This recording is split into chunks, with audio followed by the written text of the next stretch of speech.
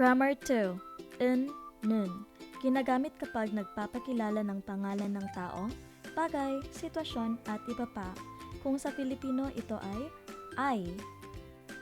Tandaan na kung ang pangalan or word na may patshim ay un, at kung wala namang patshim ay nun ang ilalagay.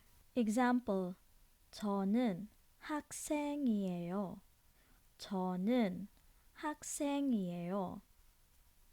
Makikita natin na si to ay walang patshim or final consonant, kaya ang gagamitin natin ay nun. Another example, 저는 선생님이에요. 저는 선생님이에요.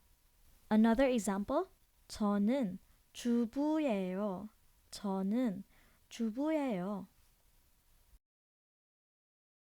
저는 필리핀 사람이에요.